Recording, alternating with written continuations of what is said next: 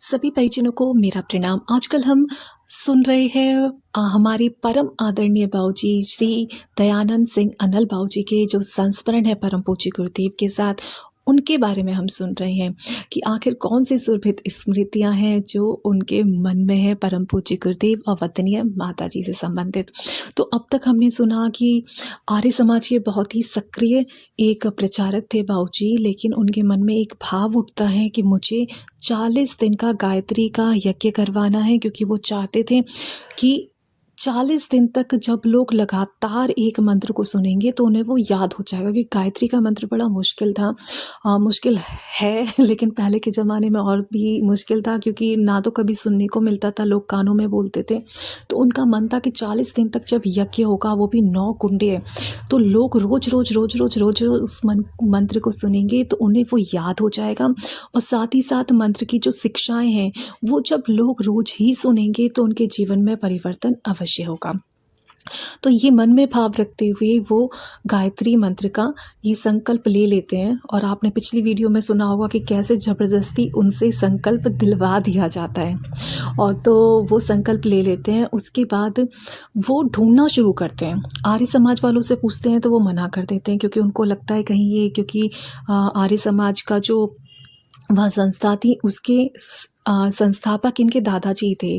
तो उन लोगों को लगता है कि अगर ये 9 दिन तक यज्ञ करेंगे तो कहीं ये बाद में अपना मतलब वो ना जमाने लगे उसके ऊपर, कि ये यहाँ पर अपना प्रभुत्व जमाना चाह रहा है, लोग इसी को ज़्यादा मानेंगे। तो ये सोच के वो लोग मना कर देते कि भाई हम तुम्हारा यज्ञ नहीं कराएंगे गायत्री का 40 दिन तक का, किसी और से कराओ जिससे कराना है। तो उन्होंने कहा मैंने संकल्प लिया है, तो जिसने संकल्प दिलवाया है वो अपने आप पूरा भी करवा लेगा। तो अब ये ढूंढना शुरू करते हैं कि आर्य समाज नहीं तो कौन, गायत्री परिवार को ये जानते नहीं थे। तो होता यह है कि बाबूजी उस समय चीनी मिल में काम करते थे और रोज वो 1-2 घंटे का अवकाश लेके, वहाँ से छुट्टी लेके, और घर घर जाते थे पूछने के लिए समस्तीपुर के, क्या आप किसी ऐसे व्यक्ति को जानते हो जो गायत्री का यज्ञ करवाते हो। क्योंकि उन्हें थोड़ा सा ये सुनने में तो मिला था कि हाँ एक संस्था तो है जो गायत्री का यज्ञ करवाती है, पर कौन है कहाँ है इसकी जानकारी नहीं थी। तो वो घर घर जाते थे, सबसे पूछते थे कि भाई आप किसी को जानते हैं क्या जो गायत्री का यज्ञ कराना जानते हो। तो इसी प्रक्रिया में उन्होंने अपनी जो क्योंकि चीनी मिल में ये काम करते थे समस्तीपुर की, वहाँ के जो लोग थे उनसे भी पूछा। तो उन्होंने कहा कि भाई तुम 40 दिन का यज्ञ कराने की सोच रहे हो, अभी नवरात्रे आ रहे हैं, तो तुम पहले 9 दिन का यज्ञ तो करवा लो, उसके बाद 40 दिन का भी करवा लेना, और उसकी सारी व्यवस्था हम लोग कर देंगे, थोड़ा पुण्य का काम हो जाएगा। तो वो कहते हैं चलो ठीक है, अभी शुरुआत हम 9 दिन के यज्ञ से ही कर लेंगे। तो वो रोज ही ढूंढा करते थे। उन लोगों ने कहा कि हम सारी व्यवस्था तुम्हारी कर देंगे, तुम पूरा ढूंढ ढांड के देख लो कौन है जो करवा दे 9 दिन तक गायत्री यज्ञ, और बाद में तुम कराते रहना अपना 40 दिन का। तो अब शुरुआत होती है ढूंढने की कि भाई गायत्री यज्ञ करने वाला कोई मिले जो कम से कम 9 दिन का तो कराए पहले, फिर 40 दिन का भी हो जाएगा। तो ऐसे ही 15 दिन हो जाते हैं ढूंढते ढूंढते, कोई भी नहीं मिलता। अब ये बहुत ज़्यादा फ्रस्ट्रेटेड हो जाते हैं और बहुत ज़्यादा परेशान से होने लगते हैं कि बताओ मैं 15 दिन से ढूंढ रहा हूँ गायत्री का यज्ञ करवाने वाला, कोई मुझे गायत्री यज्ञ करवाने वाला नहीं मिल रहा। तो वो जाते हैं और ऐसे ही जा रहे होते हैं। एक दिन ना तो बहुत ज़्यादा गर्मी थी, पूरे पसीने से तरबतर वो हो रहे थे। तभी वो देखते हैं कि सामने एक पुल के ऊपर से गुजरते हैं तो नीचे साइड में एक राम दरबार का मंदिर बना हुआ था, भगवान सीताराम जी का। तो वो नीचे उतरते हैं और भगवान से प्रार्थना करते हैं, हे सीताराम, अगर आप ही भगवान हो, एक शक्ति हो, एक दिव्य शक्ति हो, तो आप मेरा काम करो, मुझे गायत्री साधक दिलाओ, कोई गायत्री का यज्ञ करने वाला दिलाओ, ताकि मेरा संकल्प पूरा हो। 40 दिन का संकल्प मैंने लिया हुआ है कि 40 दिन का गायत्री महायज्ञ करवाना है, वो भी 9 कुंडे, और उसके लिए मुझे गायत्री के यज्ञ करवाने वाले चाहिए आचार्यगण। तो वो बहुत ही भाव विभोर होके भगवान श्री राम से प्रार्थना कर रहे होते हैं। तभी क्या होता है कि मंदिर के बगल में एक कमरा बना होता है, उस कमरे में से एक पंडित जी निकलते हैं। कहते हैं भाई तुम बड़ी धूप में यहाँ से जा रहे हो, पूरे पसीने में हो रहे हो, क्या बात है? तो वो कहते हैं कि पंडित जी क्या करूँ, मैं बड़ा दुखी हो गया हूँ, मुझे 15 दिन हो गए, एक गायत्री का यज्ञ करवाने वाला मैं ढूंढ रहा हूँ, मुझे 40 दिन का गायत्री का यज्ञ करवाना है। तो वो कहते हैं कि अरे गायत्री का तो गायत्री परिवार वाले करवाते हैं, एक मास्टर जी हैं यहाँ पर गायत्री परिवार के, वो यज्ञ करते हैं गायत्री का, आप उनसे जाके मिलो। तो उन्होंने कहा अरे पंडित जी आपने तो मेरी सारी समस्या ही हल कर दी, आप बताओ कहाँ पे हैं वो। तो वो बताते हैं कि उनका घर यहाँ पे है, तो वो जाते हैं, जो भी रास्ता होता है उनके घर का वहाँ पहुँचते हैं।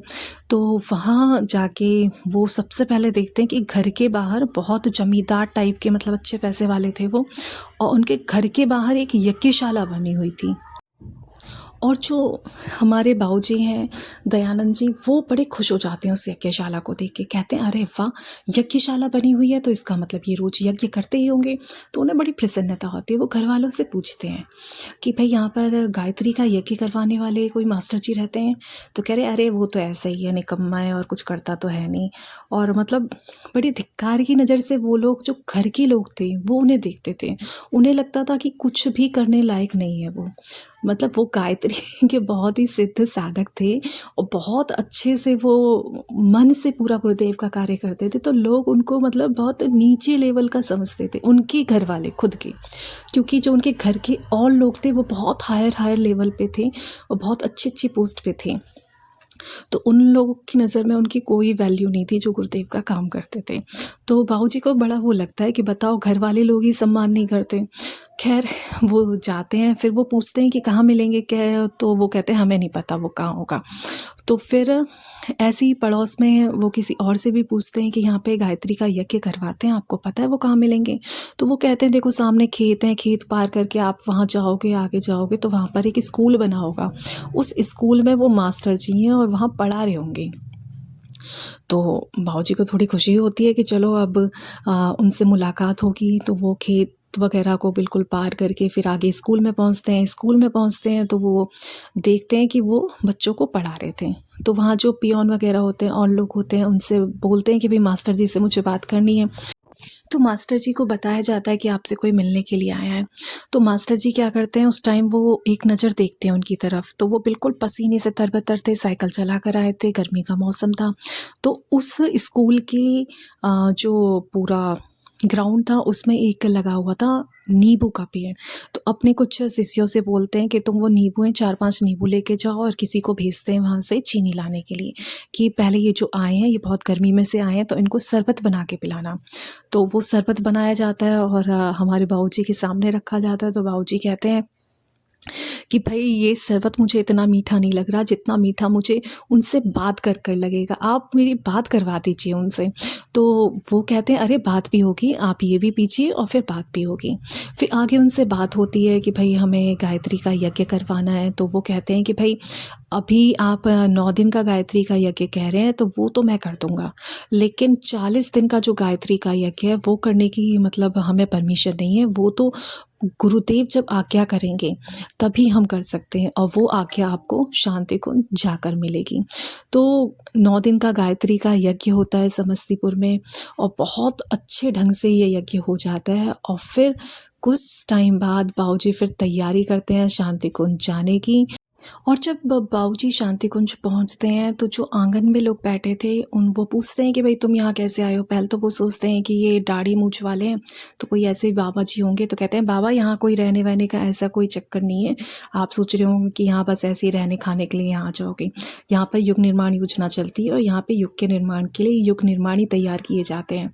हाँ, ऐसे रहने वहने का कोई चक्कर नहीं है। तो वो कहते हैं भाई मैं यहाँ रहने नहीं आया हूँ, मुझे यहाँ पे मतलब 40 दिन का यज्ञ करवाना है, उसके लिए आया हूँ मैं। तो वो कहते हैं कि बाबा यहाँ 40 दिन का कोई यज्ञ नहीं होता, यहाँ पे जो यज्ञ होता है 2-3 दिन का ही होता है। 2-3 दिन का यज्ञ करवाना हो तो ठीक है, नहीं तो आप जाओ यहाँ से। 40 दिन का करवाना है तो किसी पंडे वंडे से करवाओ, यहाँ से कोई परिवारजक नहीं जाता 40 दिन का यज्ञ कराने। इतने लोग नहीं है हमारे पास कि 40 दिन आप ही के घर पे रहेंगे। तो वो कहते हैं कि अरे मैं तो इतनी दूर से बिहार से आया हूँ और इतनी मुश्किलों से आया हूँ और तुम ऐसे बात कर रहे हो। तो यहाँ वहाँ पे लगा हुआ था युग निर्माण योजना का बोर्ड। तो कहने लगे ये जो युग निर्माण योजना है इनसे मुझे मुझे मिलाओ, कहाँ पे है ये, कौन है? कह रहे अरे तुम जाते हो यहाँ से या धक्के दे के हम बाहर निकालें? यहाँ पे कोई ऐसे ही कोई नहीं मिल पाता गुरुदेव से कि बेकार के काम लेके आ गए हो। अरे तुम्हें कराना है 40 2-3 दिन का कराना है तो बात करो, नहीं तो तुम निकलो यहाँ से।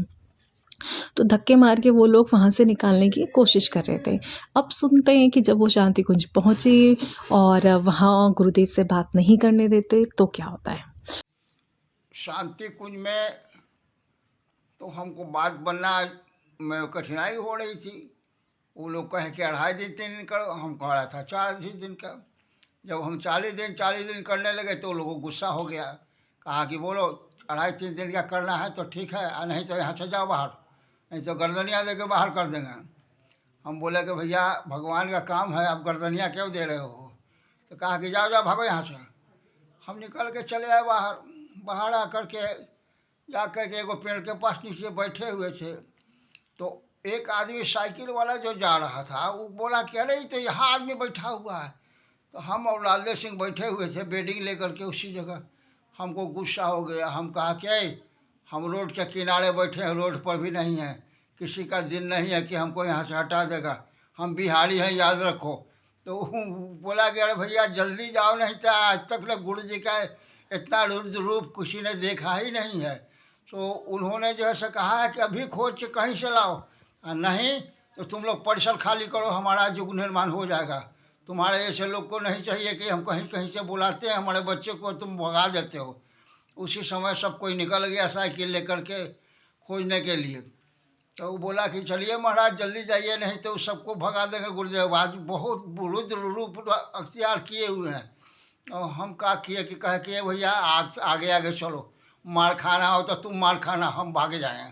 तो कहा कि भागने की जरूरत नहीं पड़ेगी, चलिए। तो जैसे गेट के पास गए तो सब कहा आइए आइए। हम कहे कि अब तो आइए भी ये कह रहे हो, हमें टिको फिर कबूल नहीं कर रहे थे। हम जब गए तो कहे कि जाइए इनको ले जाओ गुरुदेव के पास।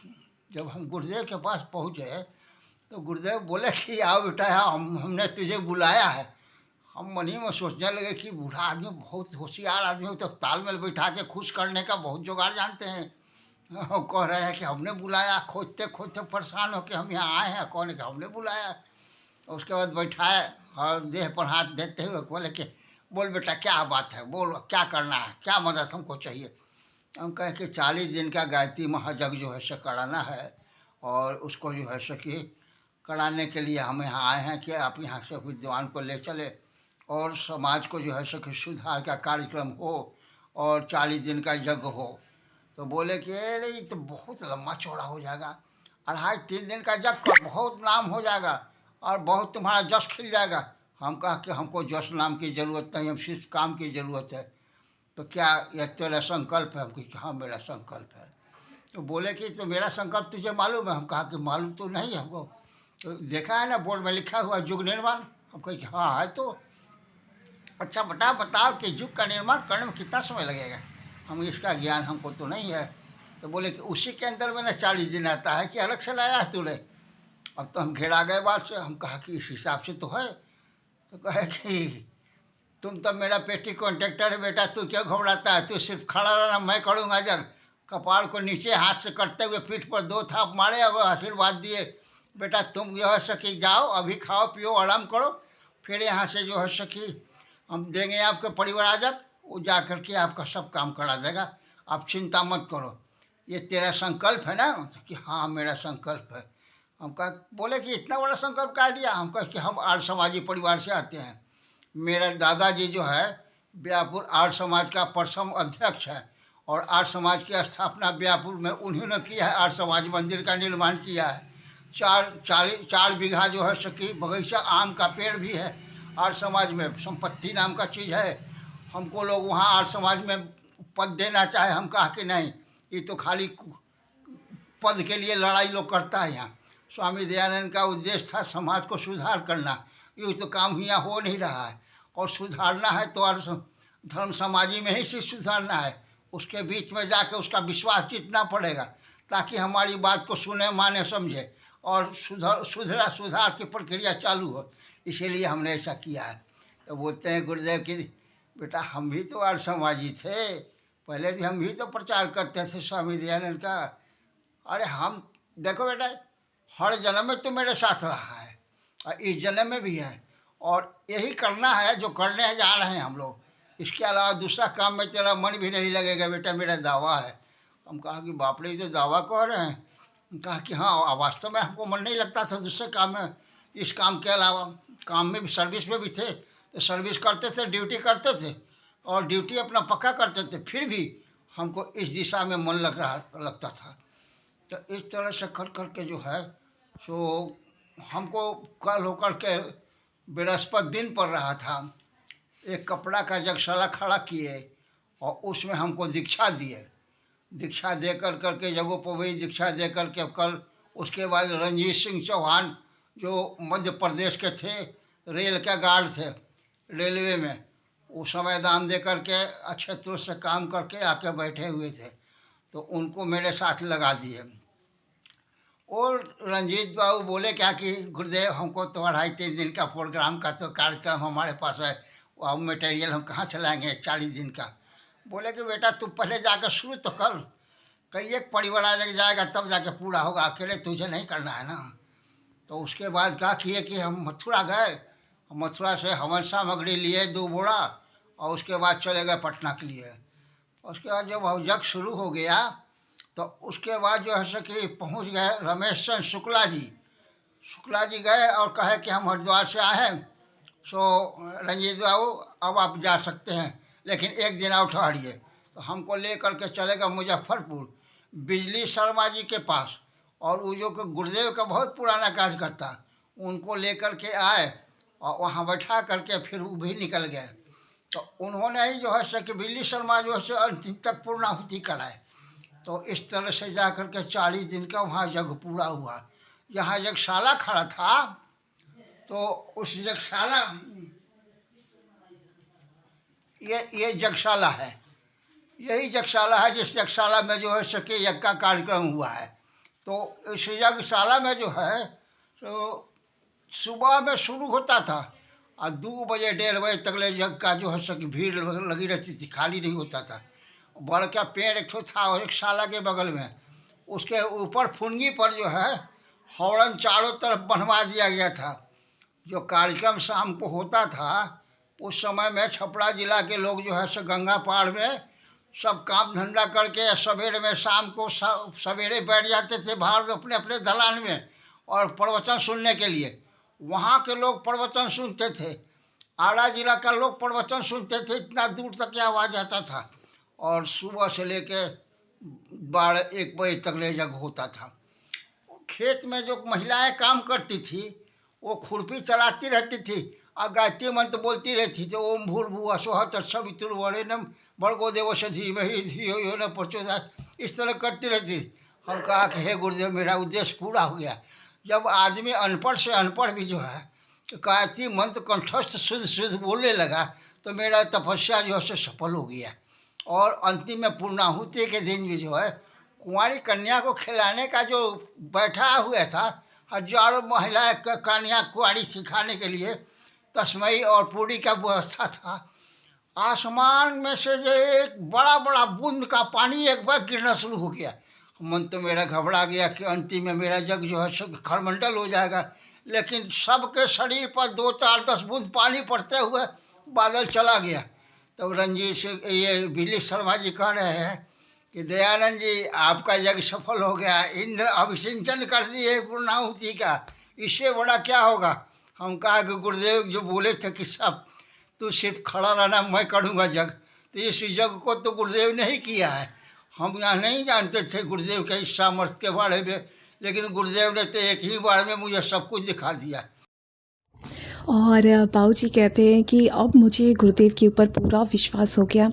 और इसके बाद के जो बाबूजी के संस्मरण हैं वो हम आगे की वीडियोस में देखेंगे। बने रहिए आप सभी लोग हमारे साथ और हमारे आदरणीय श्री दयानंद सिंह अनल बाबूजी के साथ, क्योंकि इनका पूरा ही जीवन परम पूज्य गुरुदेव वंदनीय माता जी की यादों से भरा पड़ा है। सभी को प्रणाम। जय गुरुदेव, जय श्री राम।